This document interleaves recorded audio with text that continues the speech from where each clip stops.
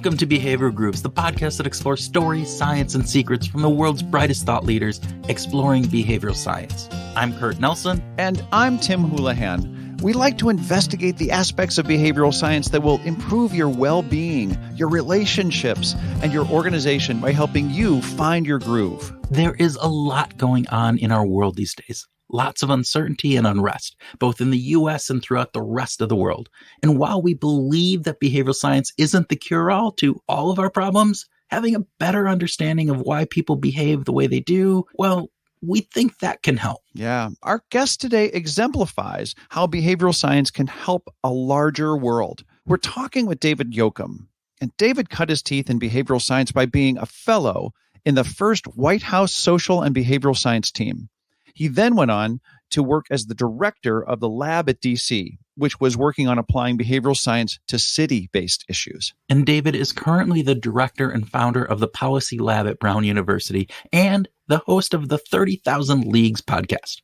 The mission of the Policy Lab at Brown University is, and I quote, to work in concert with government leaders and experts to develop evidence-based policy programs that improve lives and strengthen communities. So this is that element of helping the world in a larger way. And in my mind, I don't know, has to be one of the coolest missions anywhere. Totally agree with that. I mean, we were lucky enough to talk to David about the changing role of behavioral science inside government. We talked about some of the experiments that he's run and how working proactively in gaining agreement up front on the experimental design with the community and policymakers can really help across the political divides and actually change mindsets. Which is a pretty freaking amazing thing, if you ask me. Yeah. We also talk about disconnecting and the need to recharge. All in all, it was a very insightful conversation. So with that, we ask you to sit back with your favorite public policy brew and enjoy our conversation with David Yokum.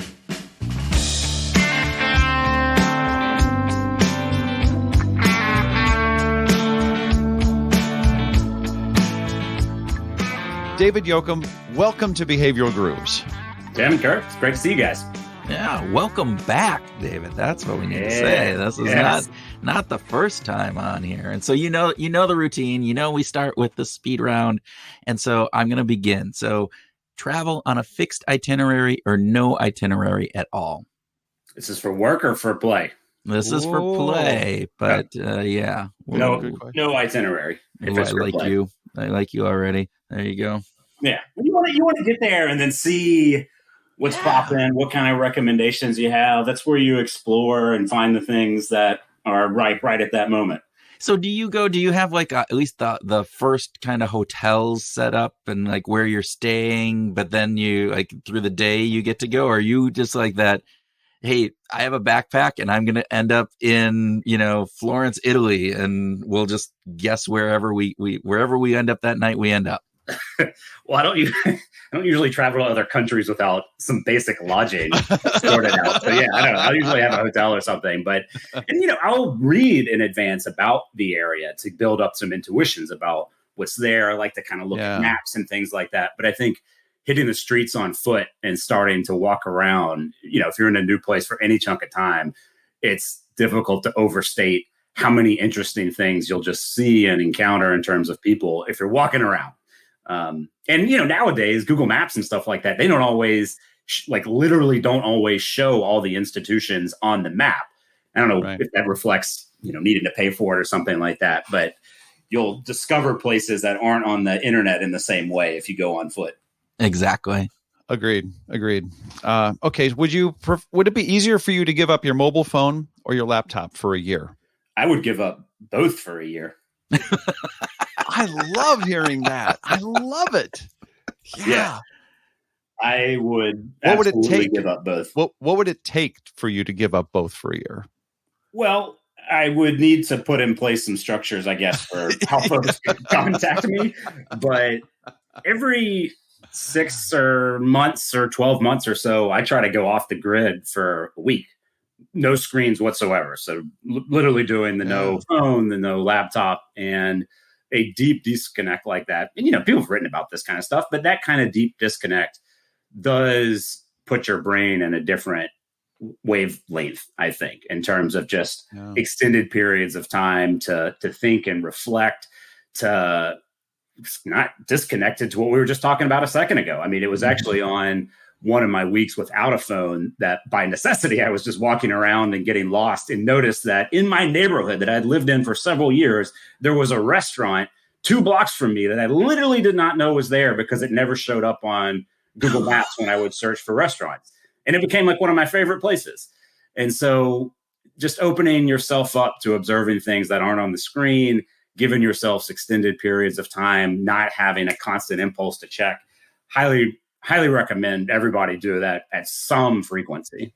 So you've done this. What do you, after coming back from that, are you more energized? Do you just feel a little bit more grounded? What is kind of some of the results that you've seen from at least when you've done this?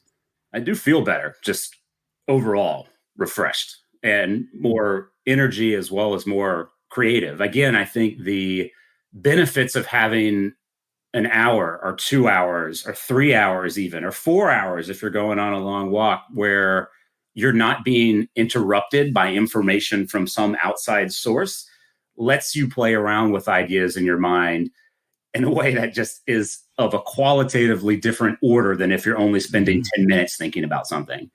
And, you know, if you think about examples throughout the history of science of when people have had breakthrough thoughts and things like that, it's not 5 minutes between apps where there's just like a sparkle. It's when they're thinking deeply about something for hours and hours. And so the opportunity to let things marinate in your mind in that way just makes me feel energized. It makes me feel a little more creative. It also gives you some distance from just the flow of whatever happens to be popping on social media or something like that. You kind of, I don't know, I come back and find all of it a little abrasive, almost a shock value of just like the quantity of advertisements and stuff when you open up the screen again. And I find anyway, myself wondering how we let ourselves slip into that as much as we have. You kind of need to like step out of it for a while to see it again.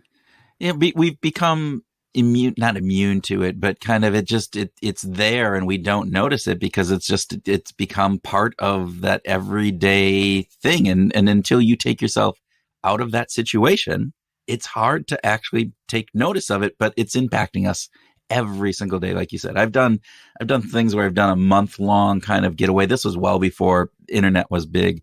And even coming back at that point, it was just like, I felt for myself, I was like floating above everything and everything just was down below. And I felt kind of disconnected in a good way, not in a bad way, of just saying, I don't need to worry about all of that politics that's going on in the office. I don't need to worry about all of that stuff because I had a different perspective. That went away within a week, but you know, it was a nice week of having that feeling of floating and kind of being above and not having to really worry about that kind of stuff. So yeah, and for those of us who can't just go off the grid for a year plus, I mean, I did come back and implement some simple changes in terms of come 6 o'clock at night, I put my phone away. Very basic thing. I don't have email and stuff open in the backdrop all the time. And these are places where there's been research as well showing that, for example, having your browser email up in front of you is highly distracting. But even doing a few things to disconnect for some set hours each day or some rules around a little bit of disconnect on the weekend can give you some dosage of what we were describing a minute ago. It's maybe not the full dose you get if you go off the grid for a week, but it's something. And I've been doing that since I did my first week-long disconnect, so 2 or so years now, and feels great. Other becomes a conversation piece in an interesting way. So it's led to some nice changes in the work environment, for example, to where previously people might expect to be able at any instant to have a conversation about work, whereas they realize if you're going to disconnect, it's led to a kind of positive clustering of topics to talk about. And so rather than 5 minutes here or there at any odd hour of the day, we'll have a focused, deeper conversation for like an hour once in the week. And that's actually more efficient when you kind of look back. It takes less time to do that in a focused way, but it took first putting in place some rules about accessibility and when you're going to be online, when you're going to have screens in front of you. Oh, fantastic. Do you, just out of curiosity, do you go someplace? You've talked about when you disconnect, you go somewhere specific. Do you have a place that you go to? Are you envisioning like a closet with foam walls around it that I lock myself in. No. Actually, for you, I was thinking of like a mountain retreat or something. But Well, I've often done these just in location, and we'll just put stuff away. Right now, being able to go out into the woods or something like that is also great for just the exposure to the environment. But the disconnect itself, I mean, the first time I did this, I just literally gave my wife, Sarah, my phone and laptop and basically said, no matter what I ask for, don't give this back to me, which was an important rule because at first it took me about 48 hours or so to stop thinking about the phone every couple of minutes. Like there is a period of disconnect where you realize, or I realized for me, there was some sort of addiction that was there that you had to like kind of break through. And so having, some friends that'll support you in this and lock up your equipment, which again, doesn't take a lot to do that. And like during the week, I just have like a little box that I put my phone in when I'm doing the nightly disconnect. And that's all it takes to at least put it out of sight. And so you don't have the same temptation level. There's a lot of behavioral science on this front, right? Like remove the immediate sensory temptation from your environment. And you'll do a little bit better in just naturally ignoring it. Yeah. That's cool. That's cool. I just had this, this vision of some Ralph Waldo Emerson like experience, but you can do it at home. Which is great. That's inspiration. We should, listeners should take that into consideration. All right. Our speed round, as typical, has not been speedy by any means. All right. No, David, Pepsi, Coke, or some other drink of choice beyond coffee or tea? Ooh. Beyond coffee. I see why you had to implement that, I'm sure, from all the prior times of asking it. This is going to feel like a very lame answer, but a very cold glass of water, I think, is underestimated in its refreshingness, particularly if you're particularly thirsty or hot. So cold and ice water. There you go. Hits our DNA just the right way, doesn't it? Cool water. Yeah. Okay. Last speed round question. Does applying behavioral science to public institutions deliver better policy? What would you do if I said no to this? Derail the whole rest of the conversation. Yes. Well, that was it's great, been nice David. talking to you, Thank David. you. Have a nice day. See y'all later. Yeah. Thanks very much. Yeah. And next on Behavioral Grooves. Okay. Well, let's just start the conversation there. You've been working in government for many years, right? I mean, going back to your fellowship with the White House, you've spent virtually your entire career kind of crossing behavioral science and or psychology with public policy. And does it yield results? I guess sort of at a simple level. It does. Does it deliver? It does. And I'm sure we'll get into some particular examples of interventions that have shown improvements. But I mean, to say it very explicitly, and you guys have explored this on the podcast for years now, but to say it very explicitly, public policy, where we're trying to make decisions about how to kind of organize our communities or states or nations, it's all about assumptions of how people are currently behaving and assumptions about how they might behave differently if we have in place a different policy or a different program. And so the whole process is just baked with behavioral science implications. Are we getting those assumptions right? If we're assuming that, for example, people are going to get motivated in different ways by different tax policies or job programs, is that actually true? Mundane city stuff. If you're talking about the design of streets and signs, does it actually interplay with what we know about people's visual system and their attention and what they notice? Just like example after example after example, where if you have a sharper understanding of how people actually process information, what they actually notice, then you can tailor your programmatic and policy designs to mesh with that. And then the other little thing I would just add here, though, beyond the kind of core knowledge pieces, is that the methods of behavioral science, by which I mean in particular, a very close kind of observation of what people actually do, asking lots of questions of folks, being very patient and meticulous to try to think about the design of environment, coupled with skills in running experiments, actually deploying based on those observations, not just one idea, but 10, or I would say, 50 different ideas, and then trying to measure which one works best. Those two kind of design and experimental punches from a method standpoint is something that I think to the extent we can inject that in government, the better results we're going to see in terms of what government is able to do for our communities. Mm.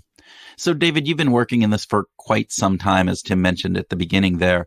What changes have you seen from the implementation of behavioral science into government policy from when you started? Because if we think back, I mean, government was one of the first kind of large, I mean, even more so than business, I think, to actually adopt a behavioral science mindset and say that, yes, we can use these principles, as you said, in our policy making and in making, improving the programs and everything else that we do. And that's been going on for 15 plus years, I think, in or more, right? In some of those government things. So what changes have you seen? Have you seen anything grow, anything kind of disappear, where something new coming in? What have you experienced?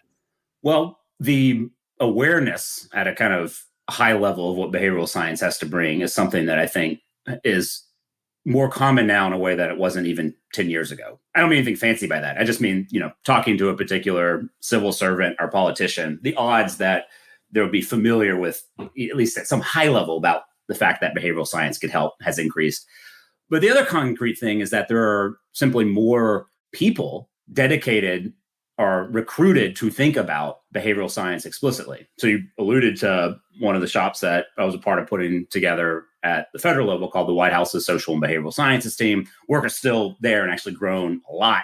It's just called the Office of Evaluation Sciences at the GSA. It's literally dozens of social scientists who've been brought into the federal government under the explicit charge to think about what not just behavioral science, but social science more broadly has to offer to the policy setting. We're also starting to see that spread some through state and more local government. So I left the federal level deliberately to start to go to more local levels to help on this capacity front. So moved to the mayor's office in DC and set up something called the Lab at DC, which again was a team of social scientists thinking about these issues at the municipal level. More recently, I'm at the Policy Lab at Brown University, where we're doing a lot of work, not only in Rhode Island, but helping other states and counties and cities across the country think about how to both hire behavioral scientists into government, as well as how to structure efficient partnerships with universities and other research entities to kind of bring the people in place to help think about this. And then the final thing I would say again is that, that my point about just a design concern coupled with running experiments, particularly that latter part of running experiments, that is something I think is relatively newer, right? So I think, you can actually look back in some of the earliest psychology textbooks, actually, interestingly, like in the 1910s and stuff like that. Folks like Hugo Munsterberg and others, they actually started off motivating the field of psychology as relevant to public policy. One of the first applied psychology books by Hugo Munsterberg was called, I think it was like Psychology on the Stand or something like that. And it was all about what psychology could offer to the design of court systems. And so like the genesis of the field was actually highly attuned to public policy. But then we had this like dropping out happen throughout the middle of the 20th century that had things kind of slip out of it. But my point is that some general awareness of the relevance of human behavior has been around for quite a while. But the development of techniques like randomized field experiments and some of the statistics around it, things where we actually, take a program and flip a coin to decide whether a person is going to get that program or not, and then having different kinds of statistics to use that fact of two different groups to make a tight measurement on whether that program caused a change or not. Those methods have been really sort of developed and refined over the last 50 or so years. And it's really in the last 20 or so years that governments have started to do or to contract with firms to run more experiments on social service programs. And I think we still have a tremendous amount of further experimentation to do. But I think the fact that we're running experiments is going to be a game changer for our ability to learn what's working and learn what's not working. That's a great thread to continue to pull on here, David. Let's talk a little bit about some of the experiments that you were involved in. We can go back as far as the White House, Lab at DC. You did some really great stuff. Are there some favorites, or for sort of whatever reasons, but in terms of maybe impact on the public discourse that came from experiments, field studies, RCT type things? We've done a lot of experiments now. So the Office of Evaluation Sciences has done well over 100 big field experiments. We've done dozens more at the city level on all kinds of topics. I think a lot of the early ones were deliberately focused on kind of outbound communications and processes and things like that. So the way the letters were communicating to people across the country about what kinds of resources were available to them to repay their student loans, for example, is a space where, your typical communication on that is full of jargon and legalese. It's very complicated what to figure out about it. And so we, had a bunch of redesigns on those communications to make it simpler and easier to understand.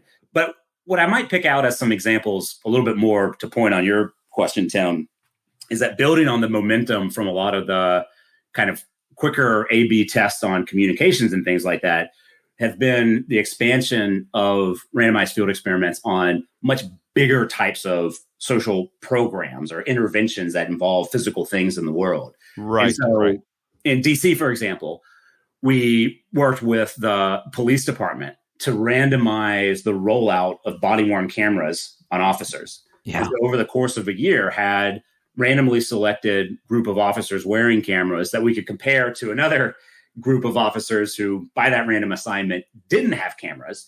And so we could get what at the time was one of the tightest measurements in the world on whether cameras were actually causing a difference in outcomes such as the likelihood that force was used, the quality of the interaction between residents and officers, as you might see it in things like complaints and so on.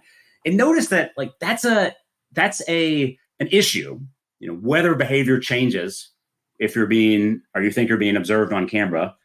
That, of course, there's a lot of theory on from psychology, going back and a lot of studies showing that people tend to act a little bit differently if they're being observed. There's certainly been attempts to try to use historical, data on issues of policing to kind of look back and, try to find patterns of some of those outcomes and things like how many officers happen to be around, were there CCTV cameras and things around. But it's really something different when you can introduce the randomized field experiment, because you empower yourself with a method that allows you to really make an apples to apple comparison, right? So unlike some of the econometric methods where to know you're comparing the right things, if you were to, for example, just look at DC officers with cameras to, across the border, Virginia officers who at the time didn't have a camera, you saw a big difference there. You wouldn't be sure whether it was caused by the camera or the fact that Virginia is just a very different place than DC. But because we're flipping those coins to set the groups in DC, they're in the same area. They're experiencing the passage of time in the same way. When the police chief changed, it changed for both groups at the same time, et cetera, et cetera. Yeah, they're getting the same training. They're getting the same kind of policy and information that's coming in. They're on the same streets. Yeah, that's right. So the method is special, but the other deeper reason I like this example is that it does, to my mind, show that we can run experiments on even some of the most complicated and kind of hot button issues. I think it's not uncommon for folks to sometimes have an intuition that it would just be too hard to randomize. It would be too difficult. It would be something that would slow down the project. And we've shown through projects like that doesn't have to be the case. You can actually pull these off relatively quickly if you figure out how to embed them in the rollout of the program. And you can handle some of the sensitivities around it if you embrace what I think are just some best practices of being a researcher, of being open about the work that you're doing, engaging the community very closely that's going to be consuming this information to involve them in the design of the study, and also working with politicians to understand that the results are going to be something that we don't control, right? And so being aware that you can talk about an idea as a good one while also admitting that we're not exactly sure how it's going to work. And the responsible political thing to do is to just be straightforward about that and be committed to learning how it works. So you put all that together, I think it's now hard to say whenever you have any other type of issue out there that we can't do something like an RCT, because we have examples like that one that have shown that you can do it on even some of the most complicated projects. Well, I think the first time that you and I talked about this project while you were still gathering data,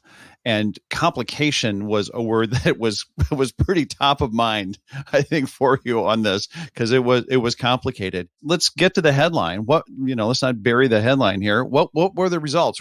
First of all, how long did the study go on? And what did you learn? What did the city learn from having this randomized control test with some officers with body cameras and some with not? So it ran for about 9 months, and this was several years ago, back in 2013, I think, 2014.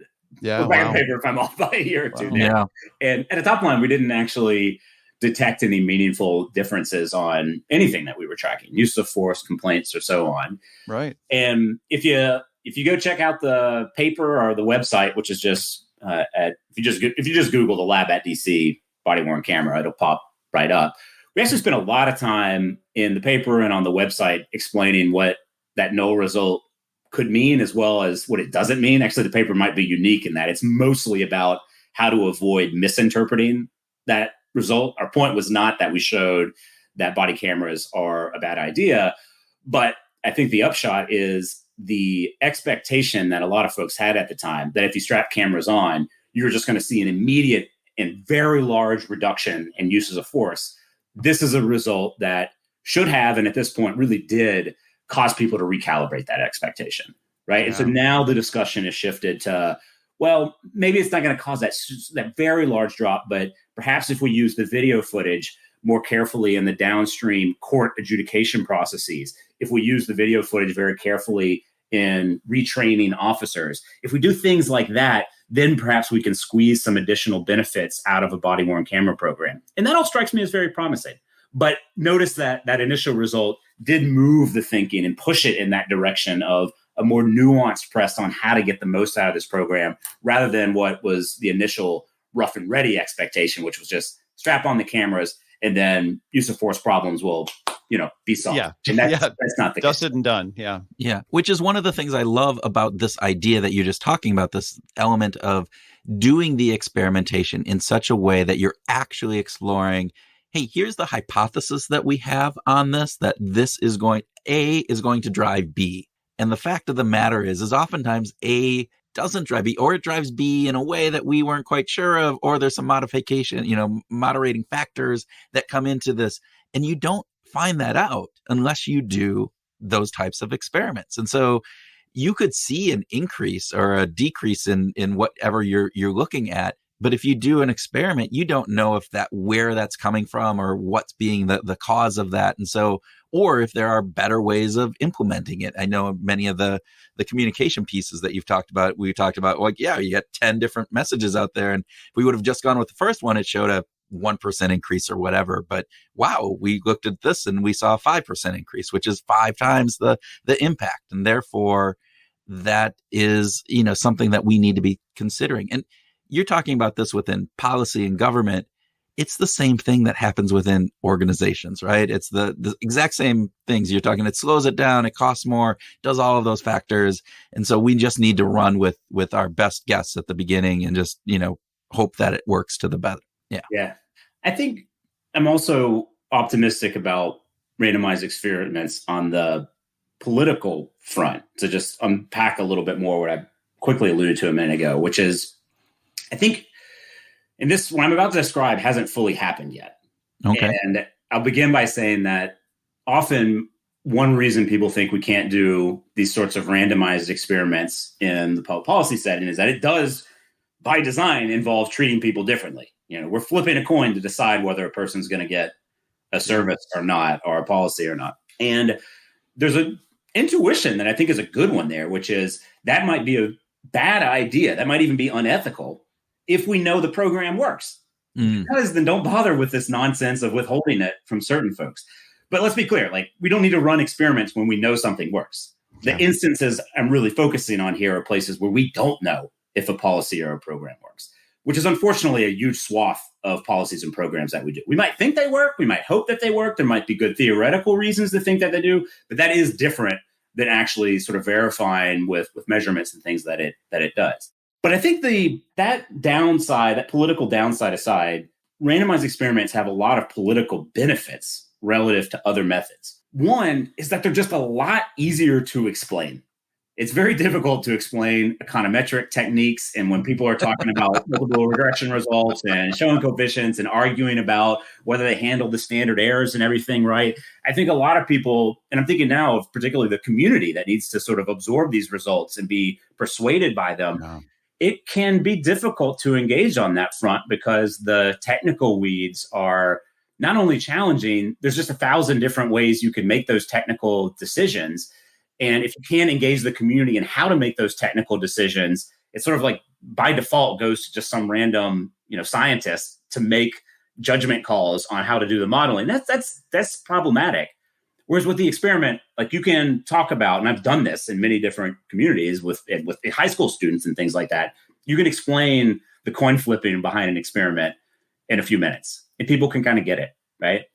The other nice thing about it is that as you're following along on that path and understanding what's happening there, I think it provides a kind of transparent feedback loop for everybody to participate in.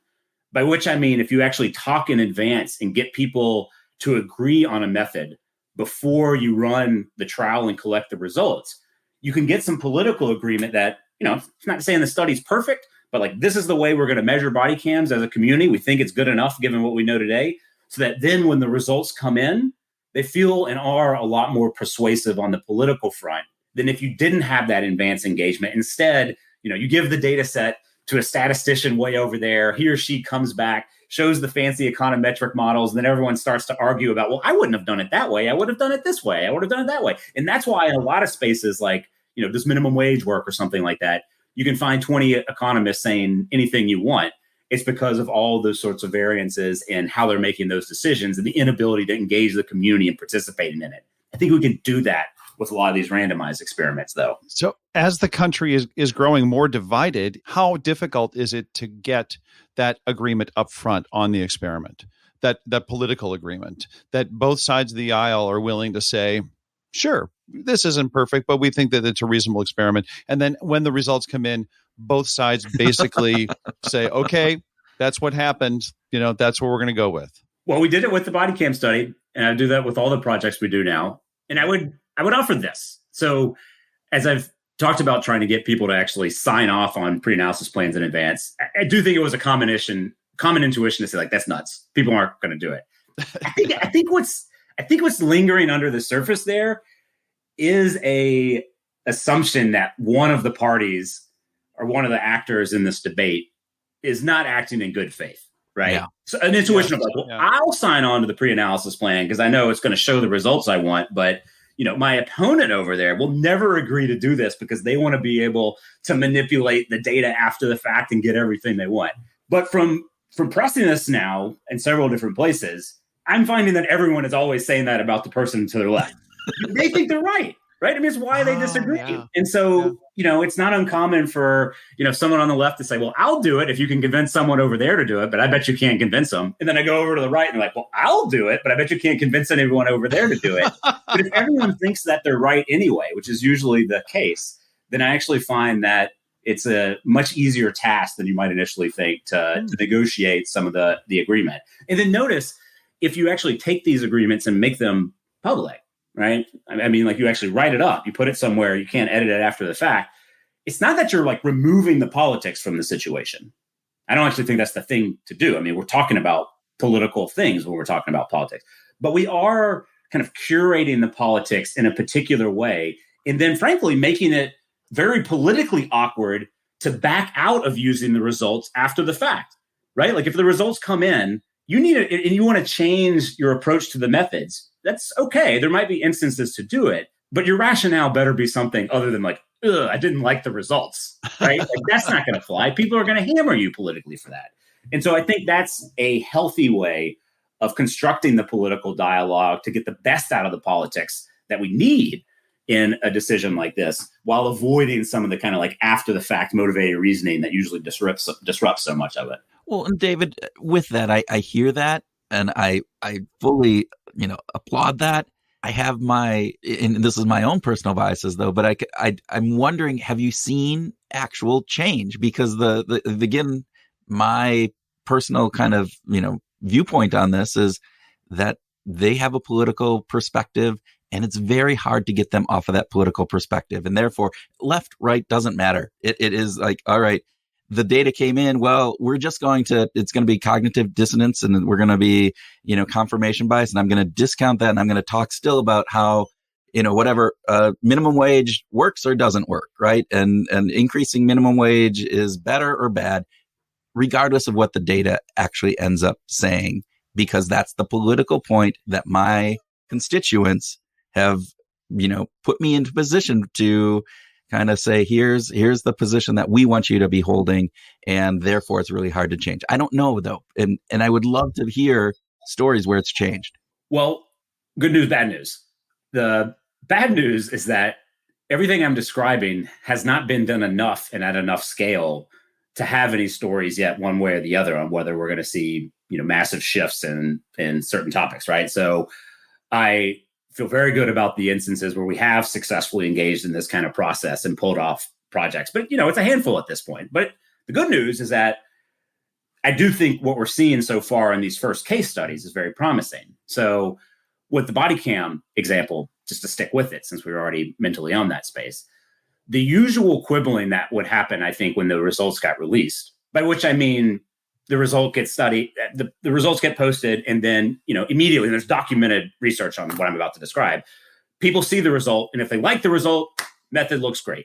If they dislike the result, people get really worked up to try to scrutinize all the various problems, and they point out that they would have done the method, et cetera, different, and then they dismiss the study. Again, if you're doing the buy-in on the methods in advance, that play is sort of diffused. And so that was the experience in DC, where we went back out into the community, meeting with, pick your poison on the groups, right? The police department and union, ACLU, Black Lives Matters groups, and so on, who had all gotten briefings on the method. When the results came back out, absorb the results immediately. There's really only like one moment where, and it actually kind of almost proves the point, where I was one of the community events I was in and sharing the results. Somebody stood up in the audience and was like, why in the world would we believe you? You work for the city. And before I could respond, a different person in the audience stood up and said, no, that's Yokum. He was here a few months ago, and this is like exactly the figure he said he was going to report. And the first person just said, oh, great, cool. And like sat back down, right? And that's, this is one anecdote that I'm telling you, but I would feel less optimistic about what might be possible if what I'm suggesting actually started to spread. If on these first instances of doing it in case studies, it was just a complete failure. But it hasn't been. It's actually felt very positive, and that increases my hope that it'll continue to work. I'm sure other problems will surface, but I do think we need to start trying this much more frequently and at much higher scales than we currently are in the field.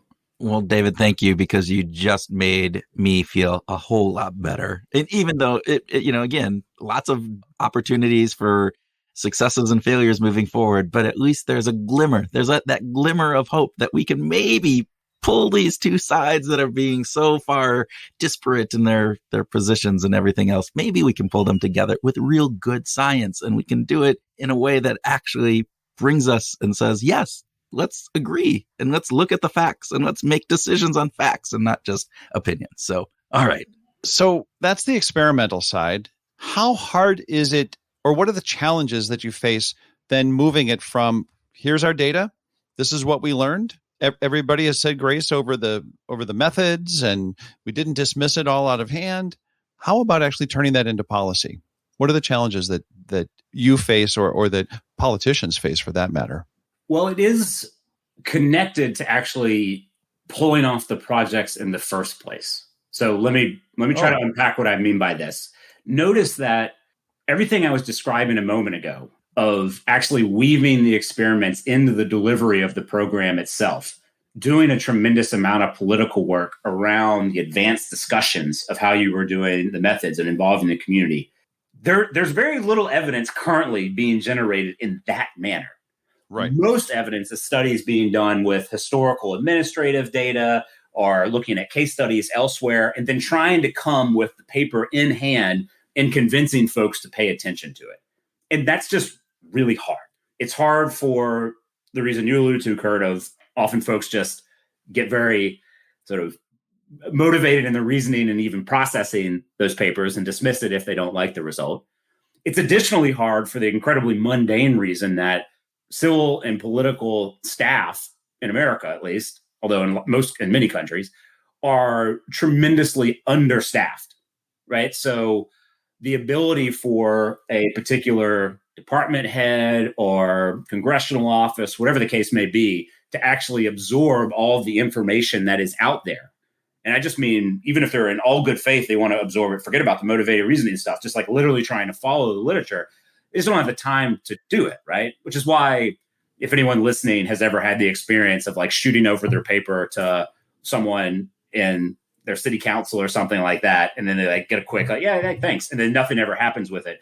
I can almost promise you it's not because they don't care about your study or evidence. They probably just didn't have even 10 minutes to deal with reading it, as well as the additional legwork of thinking about how to interpret what you're suggesting in a way they can operationalize, right? If you run an experiment, for instance, on showing a program that works, if it's got a $5 million budget and 30 people to operate it, but I, as the head of the local Department of Transportation, only have a $1 million budget and 2 people, like, what do I do? Do I cut your suggestion in 10th?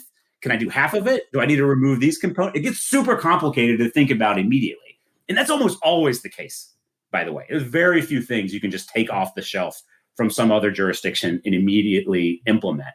And so where I'm going with all of this is that this capacity problem is, on the one hand, responsible for why it's difficult to absorb information that's already out there. But of course, it also feeds into the challenges of actually doing what I was been suggesting in terms of the additional experiments I think we need as part of day-to-day government. I think we frankly need a combination of more civil servant and political staff, right? Some of this means folks with technical training of a particular sort, but we also need many more project managers and people to make sure that the intended plans are actually being executed with fidelity. I think we also need additional and different types of partnerships with the broader research community. So universities, for example, are often very disconnected from their local government in surprising ways that continue to surprise me, to where you might have even a public policy program, say, that has very few connections with the city and county or state government that's located around it. Or to the extent they do have connections, they're pretty thin or they're very specific. You know, it's one particular professor who happens to have a research agenda that happens to be of relevance to the city. And so they coordinate on that one thing. But I think many folks in day-to-day civil service will tell you that when they try to pick up the phone and call someone on the research side, well, maybe they don't even know like who to call. But if they do, the experience breaks down pretty fast in terms of feeling particularly useful. So I think there's some things to be done on that front that would help on the capacity issue as well. And that's really, I spend a lot of my time on that issue now, actually, in terms of new work coming down the pipeline. Well, and that sort of speaks to the work that you're doing at the Policy Lab at Brown, right? You're trying to build those bridges. And any successes that you can talk about at this point? Yeah. Well, there's, on top of just checking out the Policy Lab, which you should go to the Policy Lab at some point, which I'll humbly submit has been successfully doing a lot of good work with some great partners in Rhode Island government. But I would also throw out as another couple of examples in North Carolina, set up an entire office called the Office of Strategic Partnerships, based out of the Budget Office, that is, as its name suggests, dedicated to the mission of working with agencies to identify and sort of curate questions that, if answered, would be helpful to the policy or programmatic process, and then developing deeper relationships with the university scene. And through a combination of events, matchmaking, templating of memorandums of understanding, helping troubleshoot data shares and things like that, is actually matching and helping put together research teams, combinations of people from both the agency and the university to then go and work on that project. A similar sort of endeavor at the municipal level is coming out of the Southwest in San Antonio, where there, over the last few years, have been putting together something called the R&D League. A lot of similar sort of features, but it's got some dedicated staff, some wonderful staff in the city office there who are focused on building partnerships with the University of Texas, San Antonio campus that's right in the area, as well as a couple of interesting nonprofit groups. There's one called the Southwest Research Institute, or SWERI, that's in their backyard. They actually help NASA build rockets, for example, literally, that they're having some partnerships with and doing things like looking at, sensors on garbage trucks and things like that to detect potholes and things. And so both of those are examples of places where a combination of, empowering people in a dedicated way on the civil service side to focus on this work, as well as putting some resources around the kinds of events and partnership structures you need with the broader research community, is leading to a capacity increase where the number of projects they're able to work on and the complexity of those projects is increasing. And I think we need a lot more of that. Well, and David, what it sounds like too is you're not just increasing that capacity, but you're crossing those silos, right? Within government, even the Department of Transportation might have this piece, but now you're bringing that back and saying, hey, here's some insights that we found in different pieces that can be used across different areas within that government component. Again, I think about this within just the corporations that we work with. One of the big issues is, we'll get to be able to work with, the incentive department or the human resources department or whatever. And those elements, the way that you do the work, the insights that you gain are great for that department, but they have applications across the different areas that, because of the way that those organizations are set up, it doesn't necessarily transfer. And I think what you're talking about is actually breaking some of those silos down within government. I think there could be some similar aspects of putting together a league or a different piece within a company in order to do the same thing. I totally agree. I think everything we've been talking about transfers into that environment very, very closely. I mean, I'm giving the examples of government because that's the waters I've been swimming in for the last decade. Yeah, well, that's good. But I agree. Corporations and businesses should be thinking about this as well. The one place where I think there is something, and actually what I'm about to say is probably applies to businesses too, but to thread in one another very important aspect of what I think is very kind of exciting about this capacity development at the government level, it's connected to what I was describing in terms of the community engagement. I mean, all of this to my mind, what gets me up in the morning on this stuff, it's not like jamming on technical weeds and things like that. It is this prospect that if we can sort out any particular issue a little bit better, the life in a particular neighborhood or a particular community, what an individual or a family is able to do as they're pursuing the things that you try to pursue in your life. If we can make that a little marginally better, then that's an exciting enterprise to be a part of. But a lot of research is almost never really intentionally. It's the teams working on it or end up disconnected from discussions with and feedback and kind of co-creation with who are the ultimate consumers or people impacted by that research. And so having this sort of nexus of identifying problems in government, it has this benefit where, government by design is all about politics. And I mean that in a good way, of actually trying to keep a pulse on what people in a community are trying to do or hoping is going to happen. What are the questions that are important to them? What's the information that they wish they had as they were thinking about the next election or whether to support a ballot or not? And if we can sort of allocate more of our research capacity, if you will, in a way that is better tapped into community needs, I think it's a great thing. I think it's going to lead to research that is felt as more practical and meaningful for folks, which will probably have a nice side benefit of just helping bolster support for science writ large. And I think it's going to make the research better, right? I mean, in my experience, there is no better feedback than actually trying to do something out in the world, as well as having people who are being impacted, know where to find you and talk to you about whether it's working or not. Peer review process, eat your heart out. I mean, it's nowhere near as high stakes as having to go out into the community and talk about the results and justify it and things like that. And so I think that pressure and that feedback on the community front is going to lead to a lot more creative science and a lot more rigorous science. And that's great too. Yeah. We've got to talk about your new podcast for just a minute here, the 30,000 Leagues. I'm just curious, is this a big Jules Verne? Are you a huge Jules Verne fan? Is that it? And why a narwhal as the logo? And or narwhal? I mean, depending on your pronunciation. So tell us a little bit about 30,000 Leagues. So the sea connection, well, there's a couple of things happening there. One, Rhode Island is a land of water, of course, and so it's a little bit of play on that. Although a lot of the sea metaphors predate my time in Rhode Island, where in DC, there was a moment in time where I don't remember exactly why this happened, but I for some reason slipped into talking about how we were selecting our portfolio of project work by way of a nautical metaphor, and pointing out that, what we really need to be going for at some level is tracking big whales of projects. Those research studies that are going to really move a big area of the field. It's going to impact millions of people, billions of dollars at stake.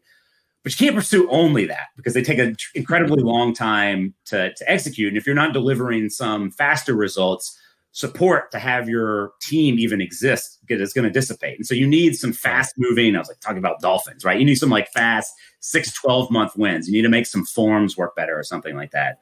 And then I was also pointing out that you also just encounter, once you get into this, a ton of just problems that you can solve in a couple of hours. Somebody who's been doing the updating of a submission of data by hand, that if we allocate a couple of hours, we could automate that script and then free up that person for something else. This is kind of like plankton in the water, right? So your overall diet, you've got to, I warned you, this was a little bit of a stretch, but your overall diet. You're beating the daylights out of this metaphor. But anyway, so narwhals became a thing then, and people start bringing me narwhal swag and stuff like that. And then it plays into Jules Verne for the podcast, where, it's all about exploration and the unknown. That's what I try to do in the podcast, is explore interesting scientific topics, play around with how they might or might not interplay with politics. But, Verne's only went 20,000 leagues down. Yeah. We go deeper still, guys. You're going an extra 10,000 leagues. 30,000. Yeah, there you go. That's right. That's fantastic. Do we have time for just one quick question about what's on your playlist? I've got another 15 minutes, actually. Not presuming y'all do, but. David, real quickly, and this is not to Carl's any kind of heart palpitations, but what's on your playlist these days? Music wise? Yeah. Tim always asks the music question. Come on. Yeah. Well, I think this was actually a speed question when I talked to you guys the first time. It could have been. Made the answer then, I think, but it's still the answer now, of enjoying Pick Your Poison on Spotify, Pandora, whatever. The playlist where you can actually set it in motion and set some parameters on exploration so that you're getting fed new songs is actually how I like to do playlists, just so that you can get introduced to new artists and things like that at any given moment. And so I think when you asked me this last time, I think I literally had to pull up my phone and just see what was in there and then read off some stuff. I'd have to do the same. I'd have to literally do the same thing now, because I don't actually know what my last 10 songs were. I think I actually entered into a weird phase of older bluegrass country music, original. Actually, this just came back to me, original Hank Williams or something like that. I don't know why that algorithm started to bring me down that way. It's interesting how those algorithms take something,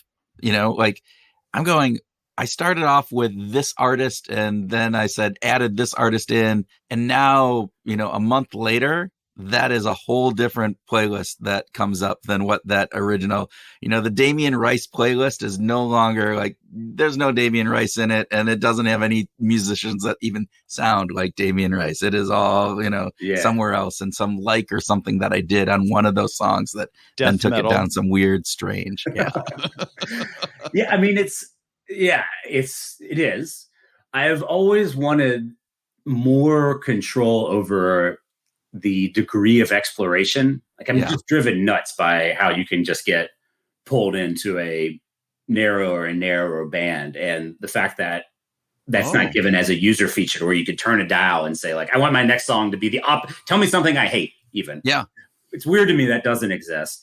I try to hack at it by periodically finding songs or asking people what their favorite artists are, and then deliberately finding it in the app and liking it, just to lie to the algorithm and say, like, I love this stuff, just to like try to throw off the scent, if you will, on me liking all the same genre, just to keep it a little bit more. Does it work? Degrees of freedom. It does. It's a little bit annoying. I mean, I would rather have them build in the dial, but they're not listening to me on this one. That's an interesting piece, though. I mean, even as we think about this just in social media in general and all of the issues that have been coming up with, all the Facebook components that have been going on, this idea of, it tends to narrow that search, right? It takes this wide variety and it actually points us in a much more narrow opportunity to get different points of views, different music, different elements. And it would be probably, I mean, granted, you may not stay on that social media platform as long because you run into a song that you go, ugh, oh, wait, I forgot that I'm even listening to this now. And now I'm shutting it off.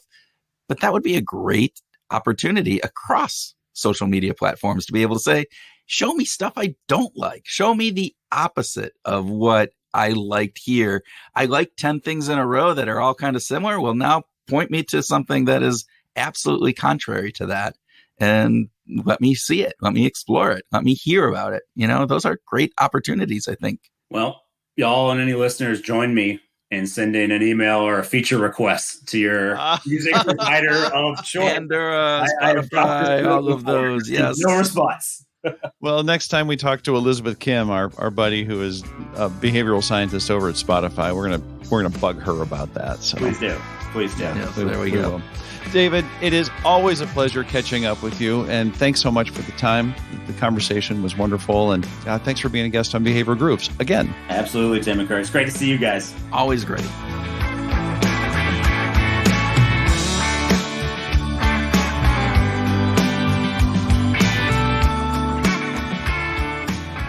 Welcome to our grooving session where Tim and I groove on what we learned from our discussion with David, have a free-flowing conversation, and talk about whatever else comes into our disengaged and totally blown minds. Disengaged and totally blown. That's almost sounds contradictory. Almost. Maybe they're disengaged because they were blown. I don't know. I see. Okay. I don't know. That was that was a stretch. It was a long stretch. But that's what we do.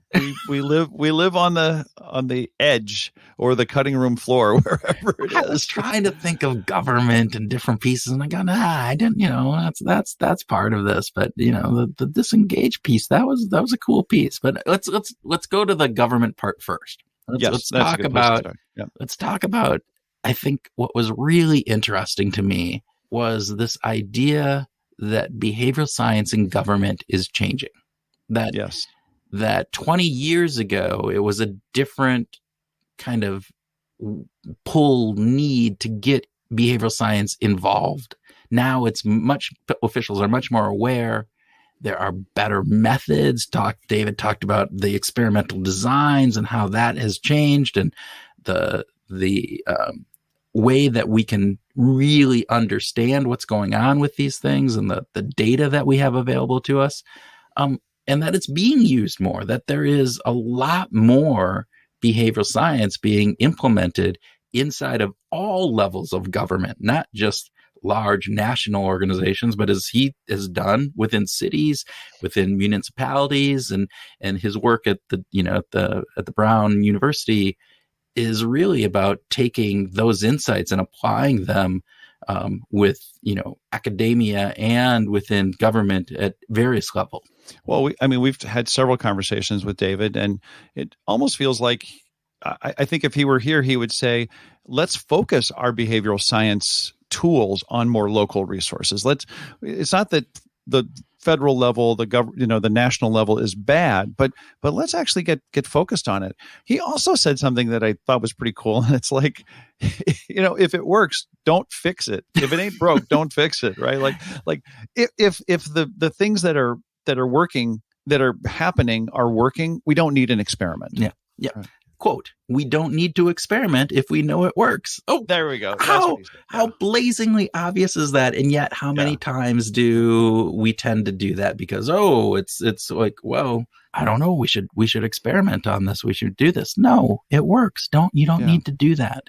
Yeah, but if we are going to experiment, he did have some tips that I think not only apply to the governmental and the policy world there, but also if you're in the corporate world and you're looking to run behavioral science experiments or studies or tests, pilots, however you want to frame them. I think that these steps could really, really help, within pretty much however you're doing it. Yeah, and I loved this conversation about how do you get people who are on two very opposing sides, and in government, it's often Republicans and Democrats. And, if you do a study and then you come back and that study says, oh, we found X. Well, if I'm on the side that likes X, the study's wonderful and it's great. If I'm on the side that doesn't like X, that's contrary to my belief system, then I will destroy you. You did this wrong. You messed up here. You should have done it this way. You should have done it that way. And his idea of like, we need to get agreement on the study design up front.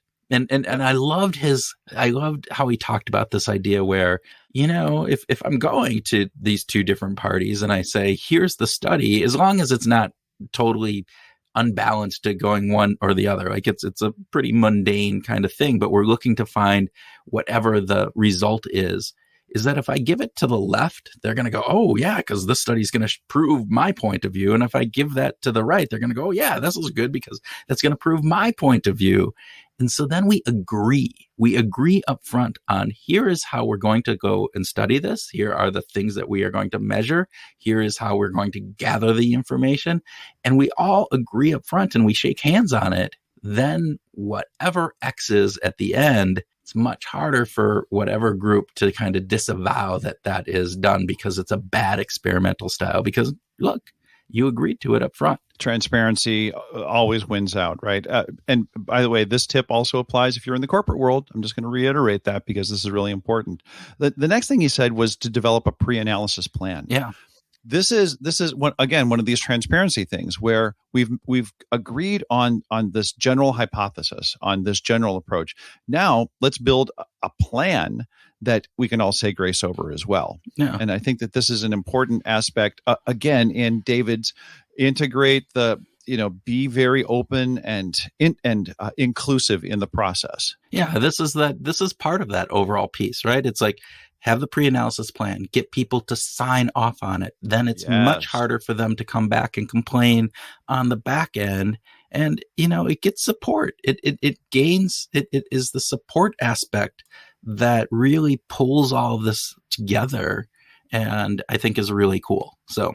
Yeah. And he does a really wonderful job of it too. He is the ultimate diplomat, I think, in that regard. But it's in part because he just really sticks to the data. Yeah. But I loved his component when he was talking about the study, the wearable video study for police in DC, and he's bringing body cams back out to the community, and the one person's about ready to say, oh, why should we believe you? And then the other person in the community stood up and said, look, no, he came and talked to us about this in advance. And I'm like going, that's just a wonderful story that shows the power of what you do when you start involving people and involving particularly the communities that you are working with. And, we were talking policymakers on that thing, but he's also bringing this to the point of saying, look, it's not just the policymakers that you have to convince of this research. It is the communities that you're impacting. And so make sure they're part of this conversation as well. And I loved all of that. Yeah. What else struck you, Kurt? What else? Okay. So I mean, there's a lot. There's a lot, but I think the piece that really struck me, which has nothing to do with his work and nothing to do with like the research that he did outside of his me search on this idea, is this idea about disengaging. This idea about on a personal basis. This idea that, look, we need to take a break. We need to disconnect and recharge and, get away from your phone. get away from the computer, not just away for an hour or 2 hours, but get away for an extended amount of time. And I can tell you're intrigued by this. I'm not intrigued. You're going to do it. Well, there is this aspect. And again, right now when we're recording this is in the middle of, Russia has just invaded the Ukraine, a couple days ago. We're in the midst of, still in the pandemic and all of these other factors that are going on. And I realized how you look out on social media, you pick up your phone, and what do? You look at something and you just get pulled in. You get pulled into this element. And I'm not saying that we need to be disengaged from the world. That's not what I'm saying. But I think we need to disengage at certain points from the world for our own sanity's sake, to take that stress level down from 11 to something that's more manageable, so that we're not constantly being triggered by the latest news cycle, the latest thing that's going to, push in our face, what murder happened today, what, economic downturn is being foreseen, what idiot said something stupid in Congress, right? All of those factors that we tend to over focus on when we have a life that is much richer than just those things. And sometimes I think we forget that. It's ironic that earlier we were talking about the success of a proper experiment involves all this execution and transparency. It's kind of an IKEA effect, right? If you get other people to, if you get everybody to build it, then they'll own it. And this second thing that we're talking about here, this is really more like cut back so that you can build new neural pathways. Yeah. Like it's in some ways it's sort of just the opposite. But it's really an important counterbalance to everything that we have to do in the control side of effort and tasks and goals and all that kind of stuff. It's really about it's not just about the softer side. It really is about the hard results that we get when we pull back, when we stop, when we retreat. Yeah. It's important. And David, I'm going to quote, he said, that kind of deep disconnect puts your brain in a different wavelength. And think in terms of just extended periods of time to think and reflect, and just to think about what it is that we really want to be and how we want to show up in this world. And if we're constantly bombarded or connected, that doesn't happen. And to your point, these neural pathways in our brain plasticity, right, is really impacted by having, you have to be activated. You have to have that energy and focus to thinking on things. But then you also, for your brain, oh God, I can't even talk, right? I need to disconnect so I can actually remember how to talk. Your brain has to have this downtime, and that usually comes in good sleep, can come in kind of meditation, deep sides.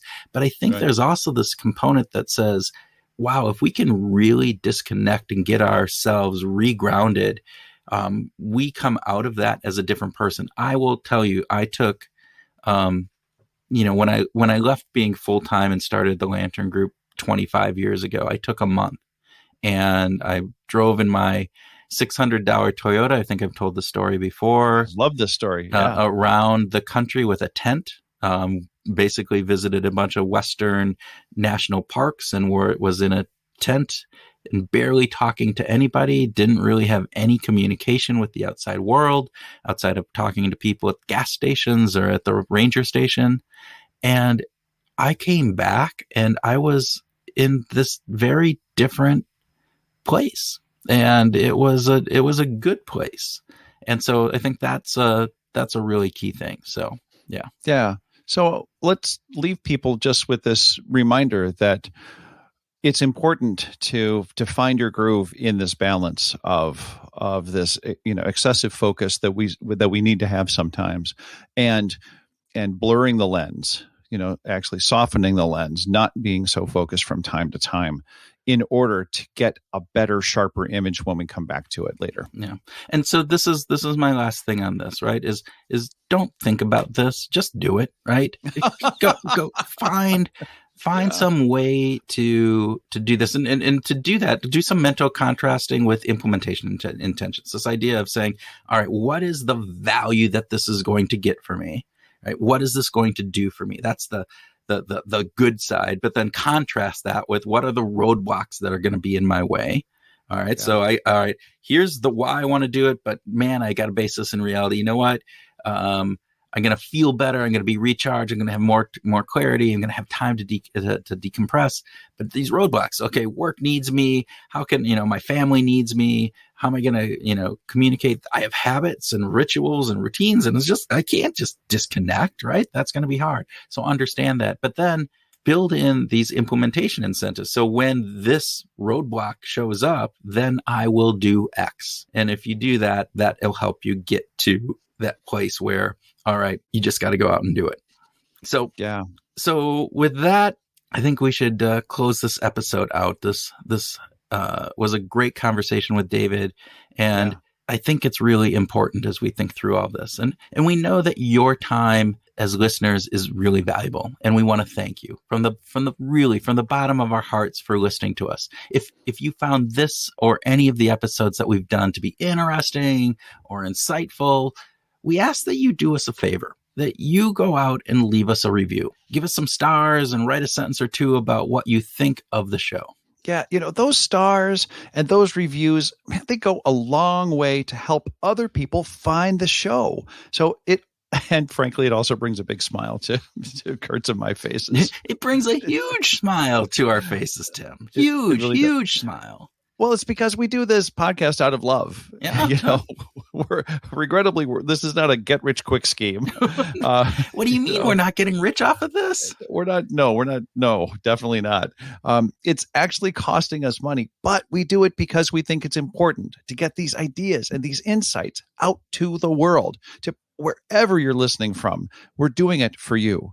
So we believe that the ideas are important and that the more people can hear and learn about them, the better our world can be. God, we are really altruistic, aren't we? Okay, you sound like very sarcastic on that. And I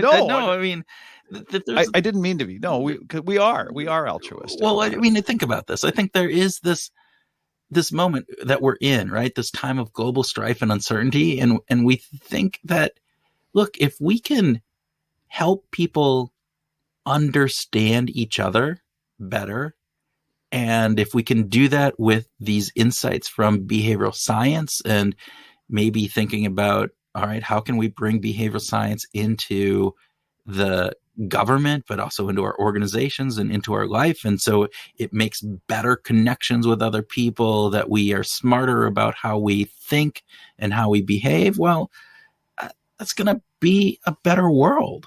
And it may sound Pollyanna. It may sound like well, we gotta try. Yeah, but I think there's some truth there, and at least I hope there is, and I hope others feel the same way. And if you do, please, if you can share this with a friend or friends and leave us a review, it would go a long way, and we appreciate it. Yeah. With that, Groovers, we hope that you've learned a little bit, that you're taking something away from our conversation with David and maybe better off for it. And this week, of course, we hope that you go out and find your groove.